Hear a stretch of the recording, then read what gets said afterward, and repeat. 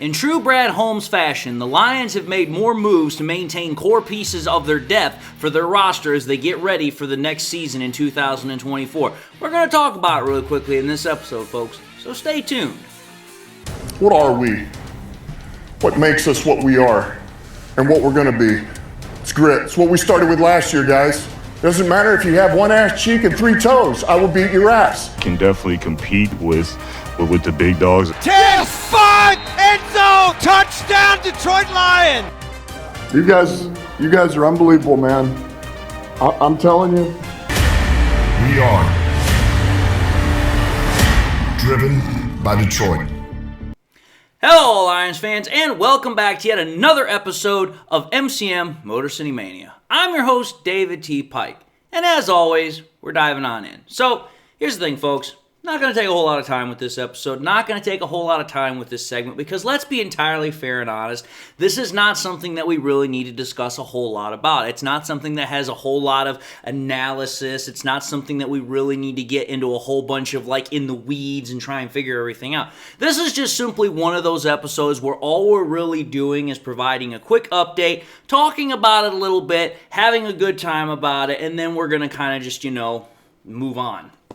So, what exactly am I talking about here? Well, here's the thing. By the time this episode gets released, it was about, I'd say an hour and a half ago when this news came out. But the news is that the Lions had officially signed 3 players back to their roster with exclusive rights contracts. What players am I referring to? I'm referring to Craig Netflix Reynolds. I'm referring to James the Houston Problem. And I'm referring to, and I hope I pronounce his name correctly here, but chances are I'm probably not, so I do apologize in advance, Coyote Awasika. If I got that, great. If I didn't, I do apologize. But here's what I want to say here.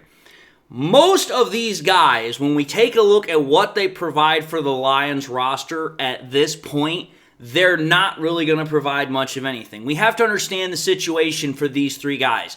First and foremost, Awasika, he's pretty much a reserve backup offensive lineman. And if I recall correctly, he's a guard. Well, let's see here. We just signed Zeitler and we just re-signed frickin' Graham Glasgow. No chance in hell he's seeing the field unless we're in an injury crisis, and I sure as hell hope we never get into that situation. So it's like, listen, he's just there for depth. He's a role player. He's going to provide at best a training camp body. He's going to provide competition for other players that are trying to make a spot on the roster. There's really not much to say about him.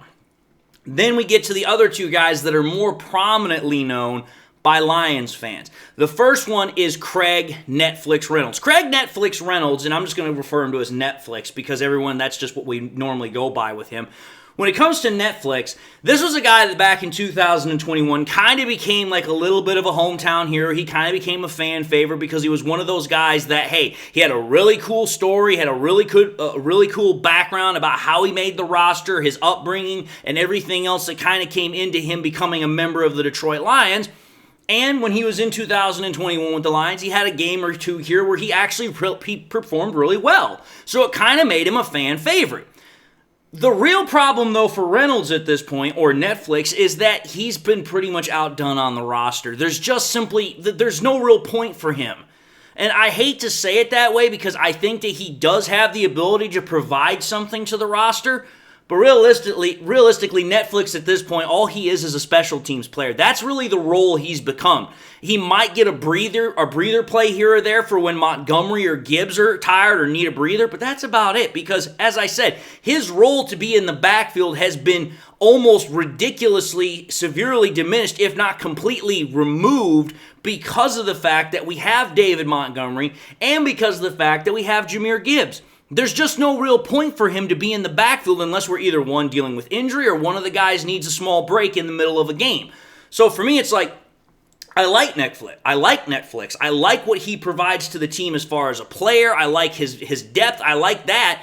But realistically, there's just not much else that we can say about Netflix other than the fact that, hey, he's a good team player. He puts in a lot of great work. He has the ability to do some things on special teams. That's about it. Now, the one player that I think for a lot of Lions fans are still, how should I say this, holding out some semblance of hope they're still having this, I would say, desire that maybe he could develop into what we thought he was going to be, is James Houston, the problem.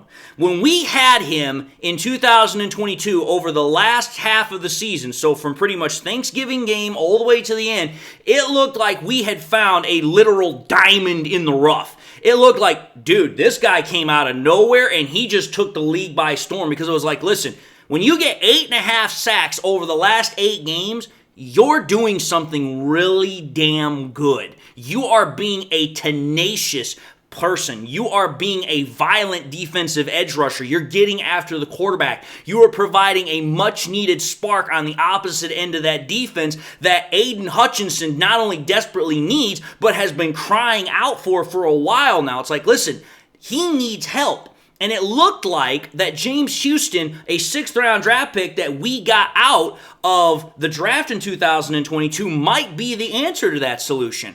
And that was what we were looking for when we got that. Not looking for, pardon me. That was what we were looking forward to when we got to the 2023 season.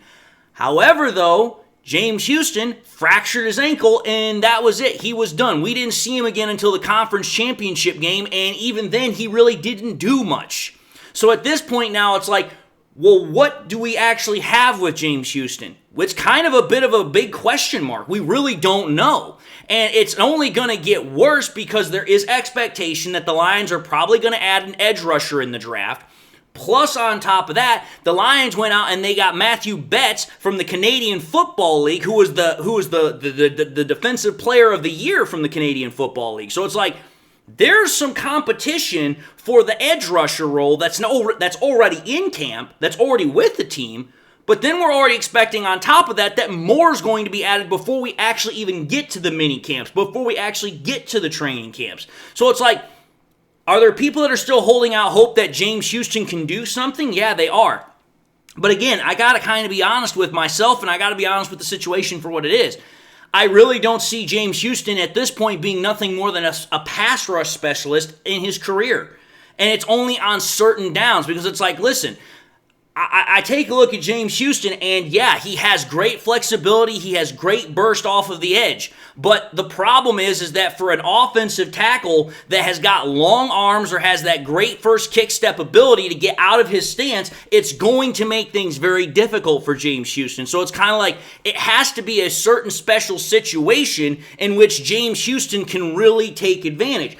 I'll be honest, the more that I've thought about it, the more I've looked at James Houston, I think the reason why he was so successful when he first came on the scene is because nobody really knew anything about him. It was kind of like, hey, we don't have anything on this guy. We don't know what to expect. And if there's one thing I know about warfare from history and just from the fact that I am in the military, the element of surprise is a great tactic to have when you're facing against somebody and they don't know what to expect out of you.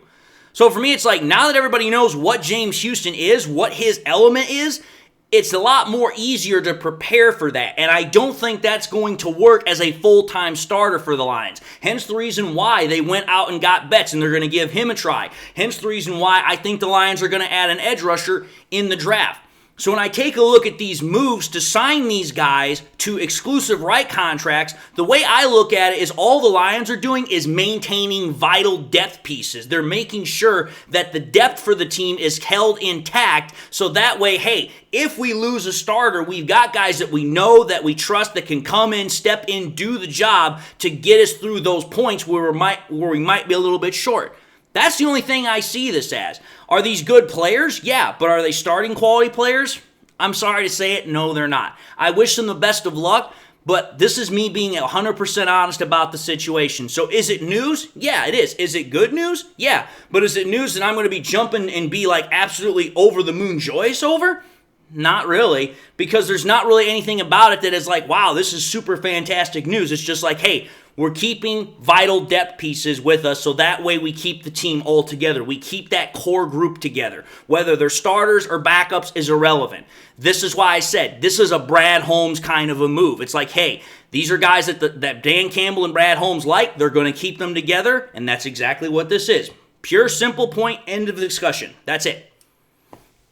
But anyway, folks, like I said, didn't want to take too much time with this segment, just wanted to talk about it really quickly, so I'm going to end the episode really quickly, and I just want to say thank you all for watching in another episode of MCM Motor City Mania. If you like what you saw, by all means, highly encourage y'all to watch the next episode. Also encourage y'all, please, to do one of these three things: like, comment, and subscribe. Make sure also, once you subscribe, if you subscribed in the past and you forgot to do so at the time, or you just subscribed, you not had a chance to do so, please make sure you subscribe. I keep putting this out there because we're so close to 6,000 subscribers, folks, and it really would mean something to me if we can really get back to where I was in DLF. But in order to do that, I not only encourage you to do that, but make sure you please hit that, bell notification icon that goes along with it, so that way you never miss any more content that I push out. Also encourage y'all to share the content with your Lions friends and family members. Share it here on YouTube, share it on Twitter, share it on Facebook, share it anywhere and everywhere you can with anybody and everybody that you can. The more we share it, the greater the channel spreads, the greater the channel grows. With that being said, again, I just want to say to y'all, you guys are an awesome, amazing group of people, and I'm so thankful for each and every one of y'all. Hope y'all enjoyed the content. Hope y'all got something that makes you happy. Hope y'all got something that makes you smile. And with that, I just want to say to y'all, God bless, and until the next time we meet, I'll see you all in the next episode.